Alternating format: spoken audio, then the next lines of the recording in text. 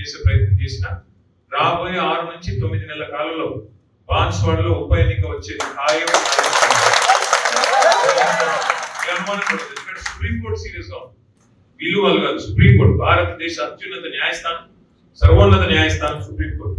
ఆ chief justice గారు ఇప్పటికి 10 సార్లు పట్టుకాయలు వేసినారు రాష్ట్ర శాసనసభ స్పీకర్ గారు.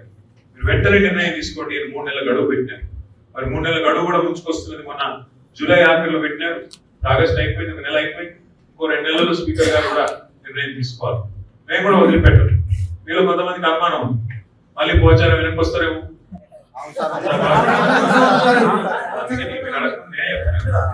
నేనేం చెప్తున్నా మీకు మీరు ఒకటే గుర్తుపెట్టుకోండి. ఈ 2-3 నెలలు ఆ గడువు ముగిసిన తర్వాత ఖచ్చితంగా సుప్రీంకోర్టుకు మళ్ళీ ఒక స్పీకర్ గారు సానుకూల నిర్ణయం తీసుకొని ఎస్ వీళ్ళందరూ పార్టీ మారినారు, వీళ్ళ మీద వేటు వేయవలసిందే అని స్పీకర్ గారు నిష్పక్షపాతంగా కనుక నిర్ణయం తీసుకుంటే సంతోషం. తీసుకోకపోతే మళ్ళీ తిరిగి సుప్రీంకోర్టు పోతాం.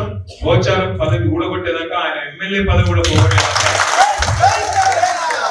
కానీ తర్వాత బాన్స్వాడలో గెలిపించే బాధ్యత మీది. మీరందరూ ఇన్ని మాటలు చెప్పినారు. ఏమన్నారు సార్, మరి ఇట్లుంది అట్లుంది, అరాచకం ఉంది, ఇట్లుంది అట్లుందని చెప్తున్నారు. మరి ఇది ఇక్కడ మాటల్లో నాకు చెప్తే కాదు కదా, ప్రజల్లో రేపటి రోజున మన శక్తి ఏందో, ఆయన మీద ఉన్న నిరసన ఏందో తప్పకుండా చూపెట్టాల్సిన బాధ్యత మన మీదనే ఉన్నది. ఇవాళ పోచారం చేసే ప్రయత్నం చేసిన రాబోయే 6 నుంచి 9 నెలల కాలంలో బాన్స్వాడలో ఉప ఎన్నిక వచ్చేది ఖాయం. సుప్రీంకోర్టు సీరియస్ గా వీళ్ళు వాళ్ళు కాదు. సుప్రీంకోర్టు భారతదేశ అత్యున్నత న్యాయస్థానం, సర్వోన్నత న్యాయస్థానం సుప్రీంకోర్టు. ఆ చీఫ్ జస్టిస్ గారు ఇప్పటికి 10 సార్లు పట్టుకాయలు వేసినారు రాష్ట్ర శాసనసభ స్పీకర్ గారు. మీరు వెంటనే నిర్ణయం తీసుకోండి. 3 నెలల గడువు పెట్టినారు. మరి 3 నెలల గడువు కూడా ముంచుకొస్తున్నది. మొన్న జూలై ఆఖరిలో పెట్టినారు. ఆగస్ట్ అయిపోయింది, 1 నెల అయిపోయింది. ఇంకో 2 నెలల్లో స్పీకర్ గారు కూడా నిర్ణయం తీసుకోవాలి. మేము కూడా వదిలిపెట్టారు. వీళ్ళు కొంతమందికి అనుమానం ఉంది, మళ్ళీ పోచారం వెనక్కి వస్తారేమో.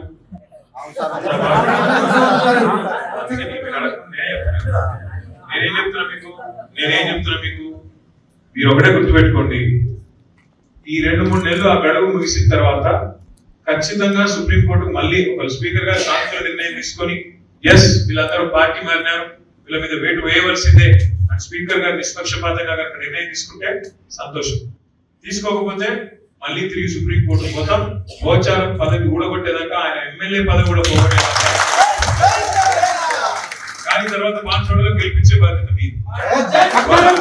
మీరందరూ ఇన్ని మాటలు చెప్పినారు. ఏమన్నారు సార్, మరి ఇట్లుంది అట్లుంది, అరాచకం ఉంది, ఇట్లుంది అట్లుందని చెప్తున్నారు. మరి ఇది ఇక్కడ మాటల్లో నాకు చెప్తే కాదు కదా, ప్రజల్లో రేపటి రోజున మన శక్తి ఏందో, ఆయన మీద ఉన్న నిరసన ఏందో తప్పకుండా చూపెట్టాల్సిన బాధ్యత మన మీదనే ఉన్నది. ఇవాళ పోచారం